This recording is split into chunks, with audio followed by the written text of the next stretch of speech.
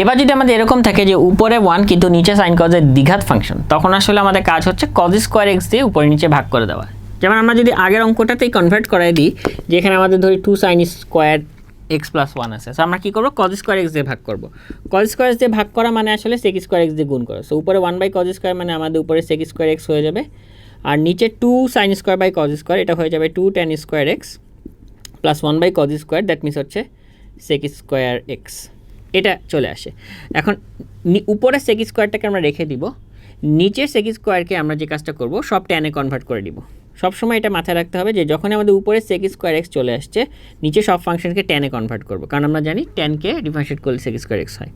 So এটাকে আমরা লিখতে পারি 2 tan square x plus 1 plus tan square x. তার মানে হচ্ছে উপরে হচ্ছে সেক স্কোয়ার এক্স ডিএক্স, আর নিচে হচ্ছে 3 tan square x plus 1। So এখন ডেফিনেটলি আমরা কি করব, tan এক্সকে জেড ধরবো। সো tan এক্সকে জেড ধরলে সেক স্কোয়ার এক্স ডিএক্স হচ্ছে ডিজেড। সো রিপ্লেস করলে আমরা পাই হচ্ছে dz by 3z square plus 1। And then এটাকে আমরা ওই যে আবার আগের মতো টাইপ 2, উপরে 1 নিচে দ্বিঘাত।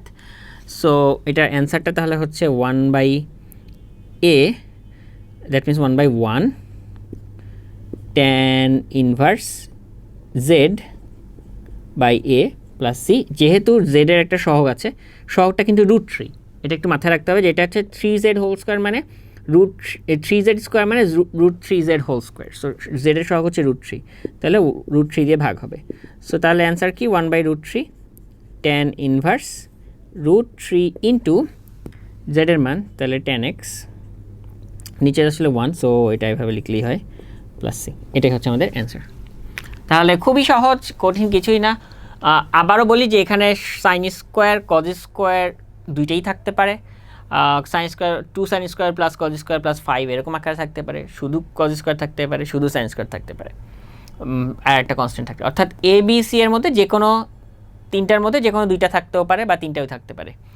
তখন আমাদের কাজ হচ্ছে কজ স্কোয়ার এক্স দিয়ে ভাগ করা। কজ স্কোয়ার এক্স দিয়ে ভাগ করা মানেই হচ্ছে উপরে সেক স্কোয়ার এক্স চলে আসবে, আর নিচে সাইনের নিচে যদি চলে আসে তাহলে ওটা ট্যান হয়ে যাবে, আর কনস্ট্যান্টের নিচে থাকলে সেক স্কোয়ার হয়ে যাবে।